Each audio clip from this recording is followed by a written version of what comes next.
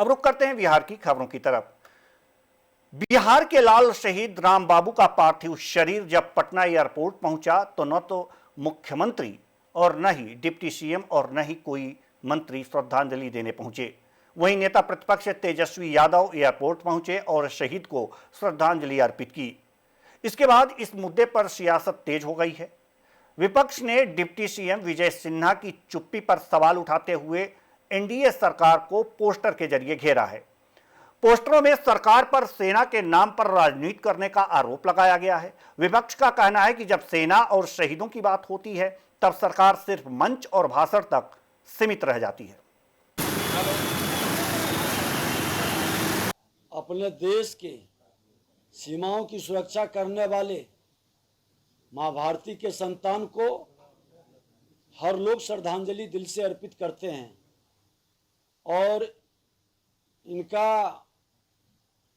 बीमारी के कारण, अस्वस्थता के कारण निधन हुआ है।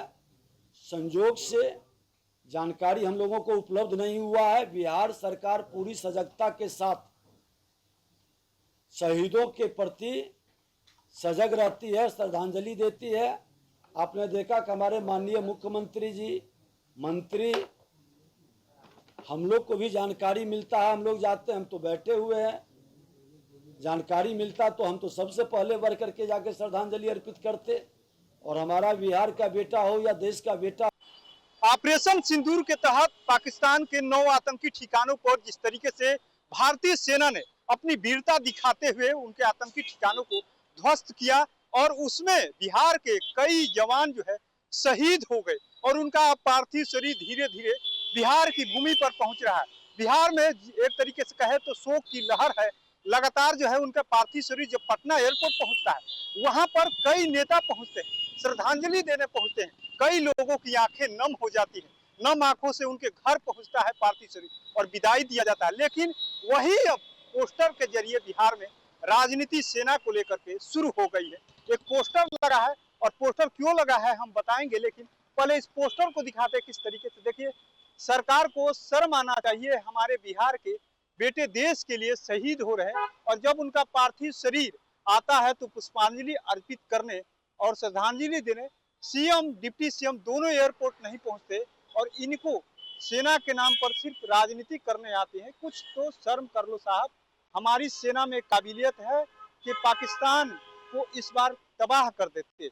और एक और लाइन लिखा है, तीसरे के कहने पर सीज फायर क्यों, देश जवाब मांग रहा। और ये पोस्टर संजू कोहली लगा है और एक तरफ जहां नरेंद्र मोदी की तस्वीर है, दूसरी तरफ ट्रंप की तस्वीर है। तो कहीं ना कहीं जो ट्रंप ने ट्वीट किया था उसको लेकर के और उसके अलावा कल जिस तरीके से सीवान के जो लाल है वो शहीद हुए, गोलीबारी में जख्मी हो गए थे, शहीद हो गए और उनका पार्थिव शरीर पहुंचा।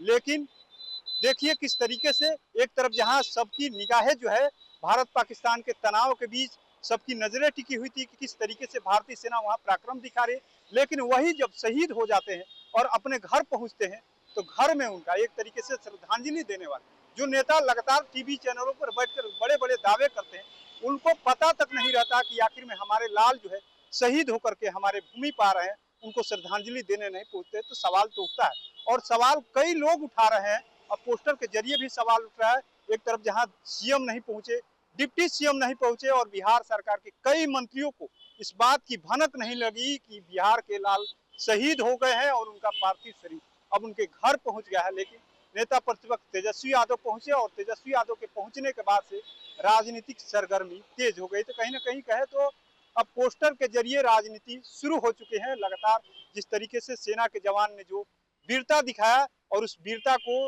देश नमन कर रहा है, लेकिन एक नेताओं की भूल कहिए या नेताओं की गैर मौजूदगी कहिए, इसको लेकर के अब राजनीति सियासत जोर से होने लगी। पटना से रफ्तार मीडिया के लिए कृपा शंकर की रिपोर्ट। ऑपरेशन सिंदूर के तहत पाकिस्तान के 9 आतंकी ठिकानों पर जिस तरीके से भारतीय सेना